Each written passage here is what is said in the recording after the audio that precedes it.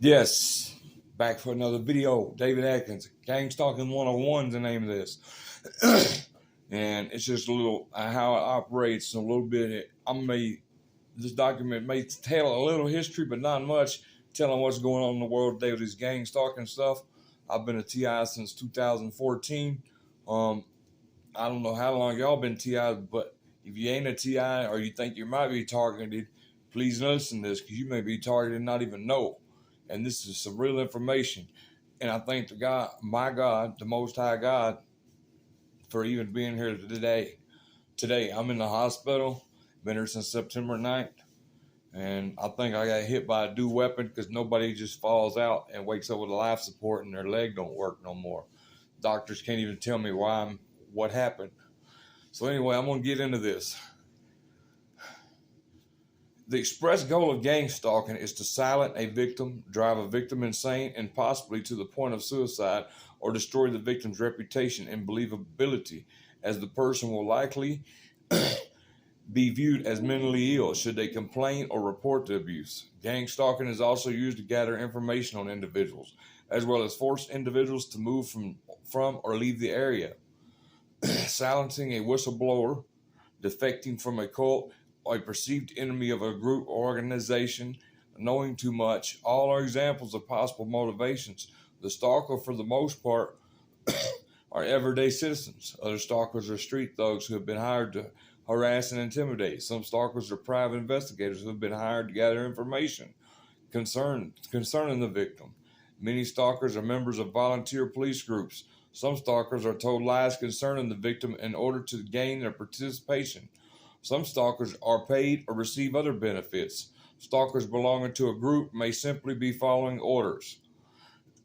Behind the stalking ultimately are corporations, government organizations, military, societies, fraternal orders, religious cults, and destructive New Age groups, and concerned community groups, vigilante groups, criminal organizations, volunteer police organizations, etc.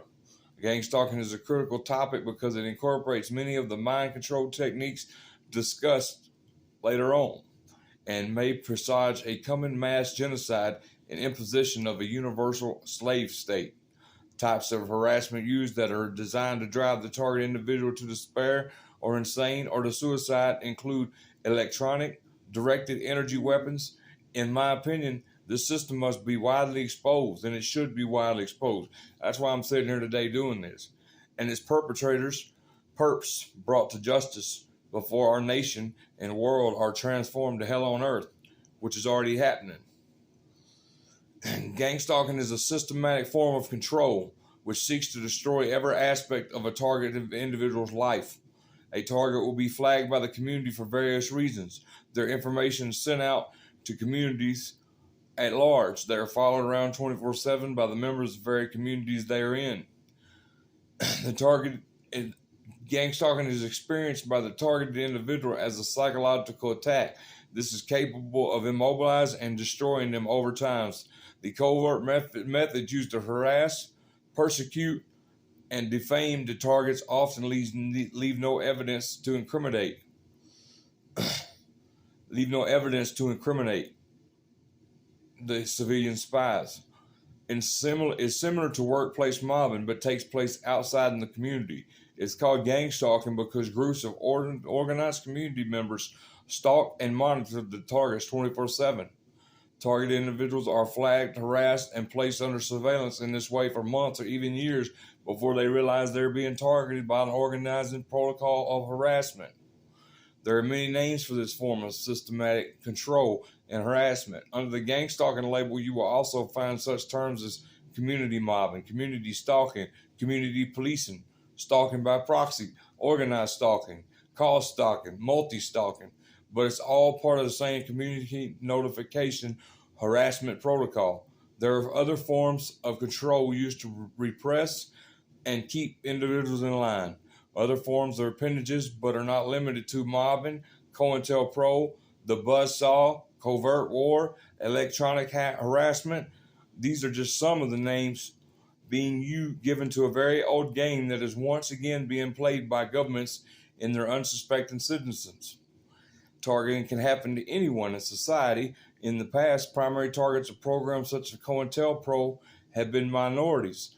Today, individuals are often targeted for being outspoken, being whistleblowers, revenge, dissidents, people who go up against the wealthy, corporations, women's groups, single women, minorities, extremists, conspiracy theorists, anti war proponents, individuals identified or targeted as problems at these community meetings, and other innocent individuals. Some of the characteristics shared of the independent thinkers: individuals who are free thinkers, free will, not likely to be part of the crowd, moral, intelligent, professionals in some cases.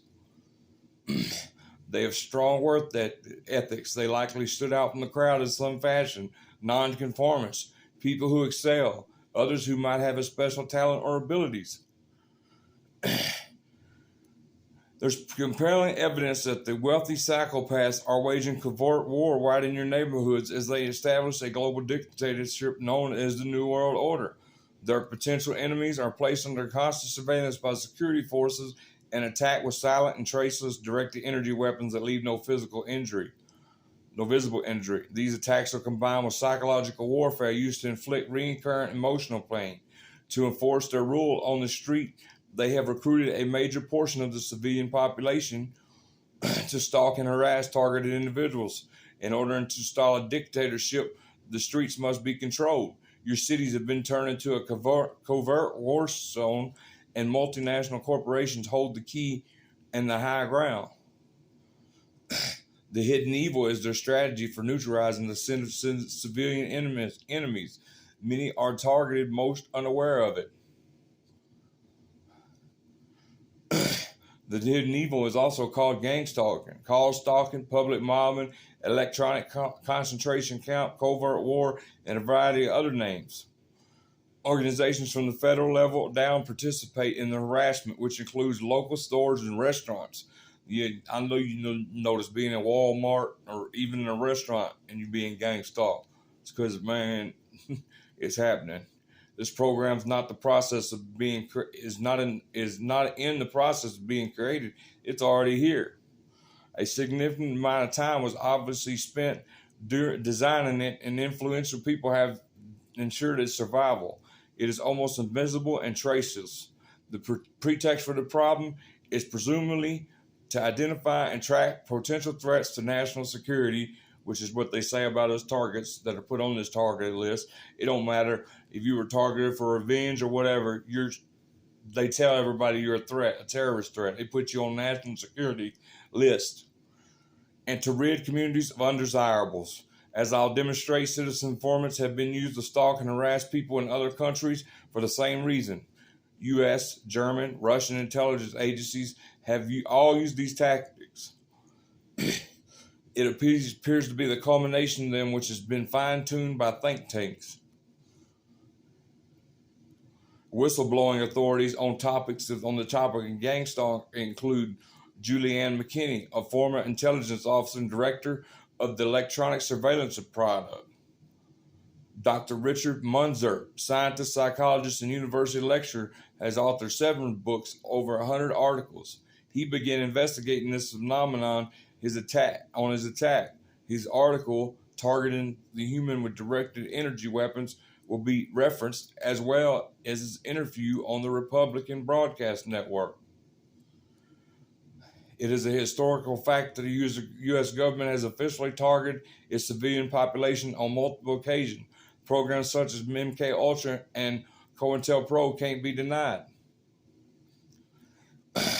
There's a basic protocol that they begin with, which is consistent in all NATO nations.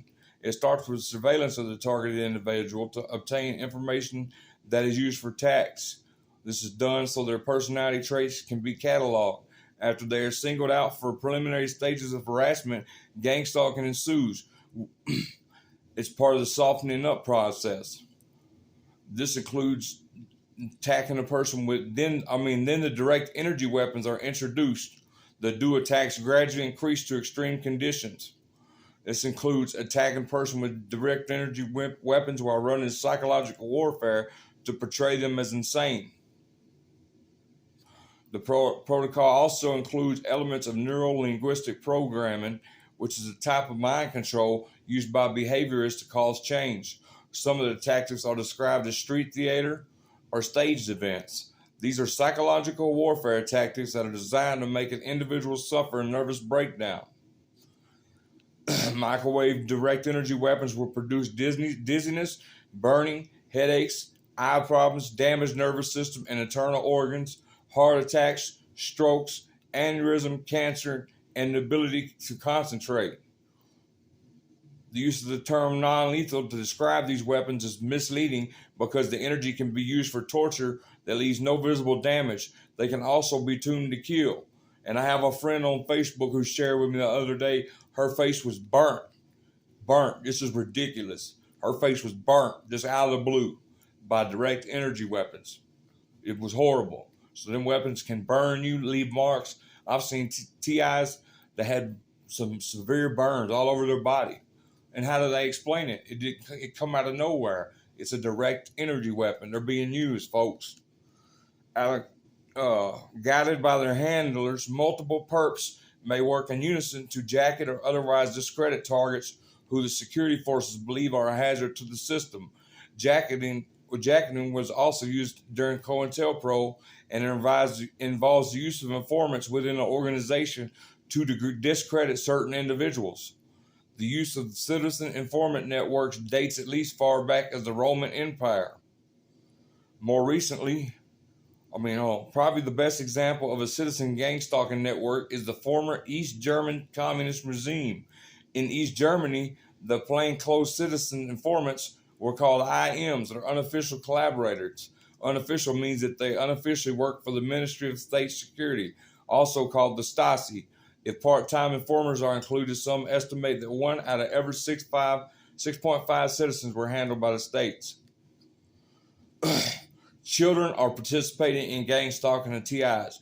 Reportedly, entire families are now participating in gang stalking. Entire families were recruited in Germany as well. So this would explain many things, such as the colossal network of informants conducting citizen patrols, which is directed by FEMA and DHS working with local police. The near-perfected coordination of nonstop harassment which unfolds as TIs travel around town, including any public place, store, or restaurant. The tremendous state resources that are used, which are obviously required much time, effort, and financial backing. The stalking of people by vehicles such as U.S. Postal Service, FedEx, police cars, fire trucks, ambulances, local businesses, utility companies, city vehicles, taxis, public transportation, vehicles as well as aircraft such as helicopters, small propeller planes. The persecution of target people inside any local, state, federal establishment by employees who work with citizens. The participation of a wide range of citizens, from seniors to children. Because training originates from the same source, it would explain the identical tactics used globally. The cover-up by local federal law enforcement as well as agencies which exist to help people being tortured or persecuted. Because it's a DHS initiative, it would explain why no organization has stopped it. There are definitely other factions, obviously directed by federal law enforcement. They include a faction for co-opting specific individuals and a targeted person's life, such as friends and family, which appears to involve lies and intimidation. There's a faction which attacks people with directed energy weapons, and another one conducts break-ins, rumor campaigns, stage accidents, framing, and blacklisting. And I'm going to stop there. I hope you enjoyed this video. It's very informative. I'm sure most of y'all already know everything in this, but man, there might be people out there that don't know and can't read. So that's why I'm doing this. I'm trying to get the word out here to new targets and to targeted individuals' life, man. We got to come together and start getting along instead of calling each other perps and stuff, which there are perps that do slide in, and some people are perps. But I'm just saying, we can't do nothing. Together we stand, divided we fall. They want us divided. So anyway, I love y'all, man. I thank y'all for watching, and keep y'all's heads up.